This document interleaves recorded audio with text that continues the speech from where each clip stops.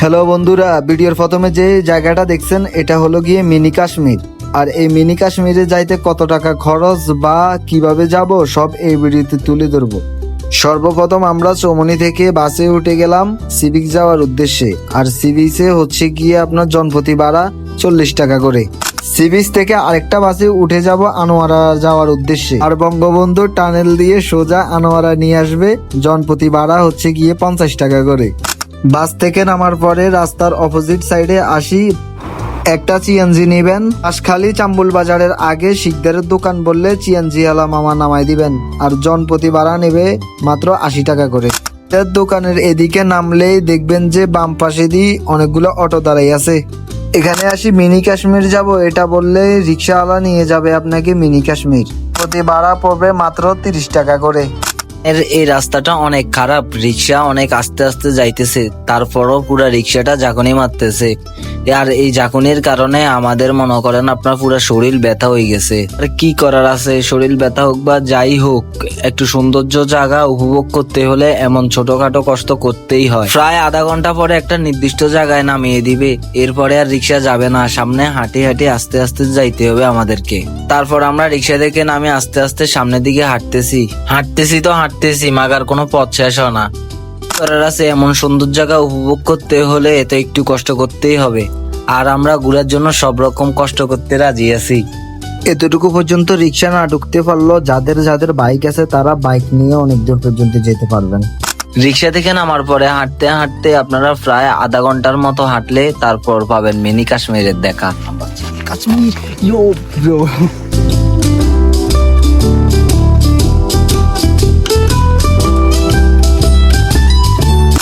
এটা কাশ্মীর না হলো কিন্তু আপনাকে কাশ্মীরের মতো কিছু ফিল বা অনুভব করাবে। হাঁটতে হাঁটতে প্রায় আমরা মিনি কাশ্মীরের আশেপাশে চলে আসছি। আর চারপাশে আছে অনেক উঁচু উঁচু পাহাড়, অনেকগুলা গাছগাছালি। এরকম নীরব পরিবেশ আর সুন্দর জায়গা কার না ভালো লাগে।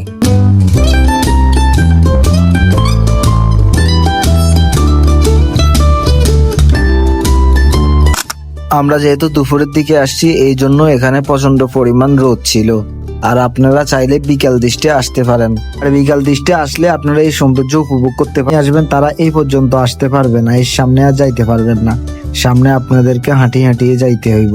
আর আমরা এই পাহাড়ের সরু পথ দিয়ে হাঁটতেছি, রাস্তা এখনো কোনো শেষ হওয়ার কোনো নামে নাই। তো আমরা অবশেষে হাঁটতে হাঁটতে চলে আসলাম মিনি কাশ্মীর। এই যে সামনের যে পাহাড় এটাকেই বলে মিনি কাশ্মীর।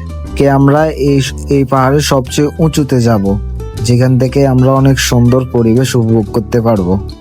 তো আমরা এখান দিয়ে আস্তে আস্তে উপরের দিকে যাইতেছি। আর তাছাড়া এখানের রাস্তাটা অনেক খাড়া হওয়াতে তাই আমাদের উঠতে অনেক কষ্ট হইতেছে।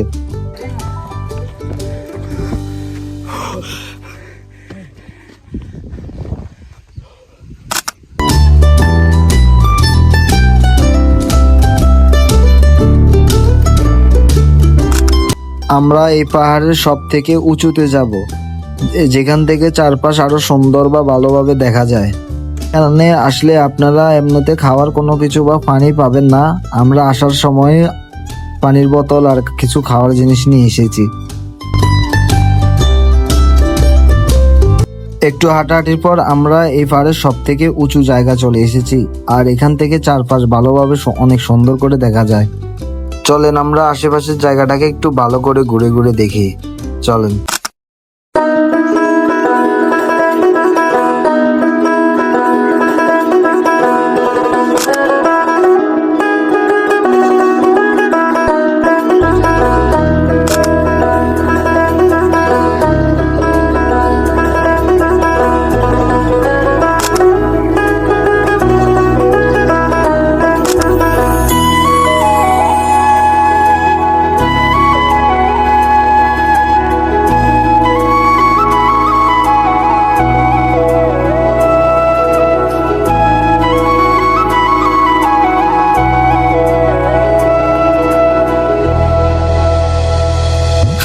তো আর কি, এতক্ষণ ধরে দেখলেন তো মিনি কাশ্মীরের সৌন্দর্য।